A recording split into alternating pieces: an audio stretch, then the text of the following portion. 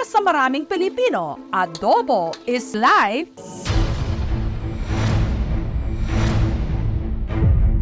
Dito sa Esperanza, sa Agusan del Sur, sa Mindanao, adobo ang itinuturong dahilan para ang buhay ng nasa mahigit 200 tao na peligro. Sabi, taga-barangay Tandang Sura ni, pa sa sulod. Ang mga biktima, siksikan sa ospital. So, initabo sa food poison sa Esperanza. Meno-minuto pa ang pagdating ng mga ambulansya. Naabot na ang iso-iso. So, halos na ng mga bata. Napay mo sulod. Dito sa gym ng katabing barangay, binigyan agad sila ng first aid. Taga-barangayan gano'n. Ano?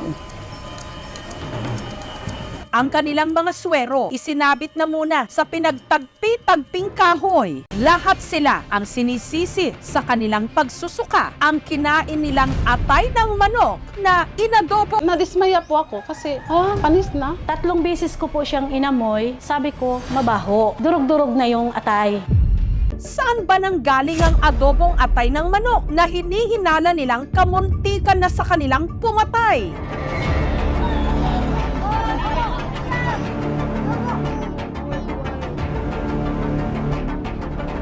So, halos na ng mga bata. Isa sa mga nadali ng literal na pamatay na lasa ng adobo ang 7 taong gulang na si Ate Joy at ang 10 taong gulang na si Christine. Natatakot na ako kasi sinabihan ako ng mga kapitbahay ko baka late reaction daw. Kaya wag nang patagalin ko, biglang lumala. Kaya sinugod na namin dito.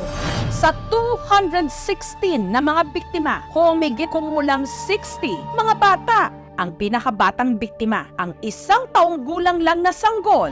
Maliit na katre, 6 kami. 6 kami unahin ko yung ito at saka yung maliit ko ganun lang kami, maglingkod.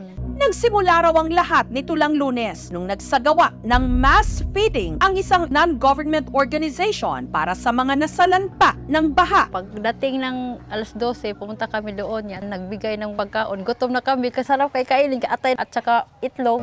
Dito namigay ng mahigit 1,000 food packs sa mga residente, guro at estudyante ng Tandang Sora Elementary School. Kami lahat ang nandun sa social hall para tumanggap sa mga pack lunch. Ang laman ng packed lunch, kanin, itlog at adobong atay ng manok. Yung atay at saka yung hinating itlog, medyo nadurog na. Nagmamadali na kasi ako kasi meron akong klase. Hindi ko na inintindi kung ano yung amoy. Basta kinain ko na lang. Pero matapos nila itong kainin, ang tiyan ni na Teacher Janet, nag-alboroto na raw. And nag-continue po ako sa pagklase. Almost 1 hour ata yun. Napansin ko na medyo sumakit ng tiyan ko. Sumasakit na rin yung ulo ko. Sumusuka na talaga ako.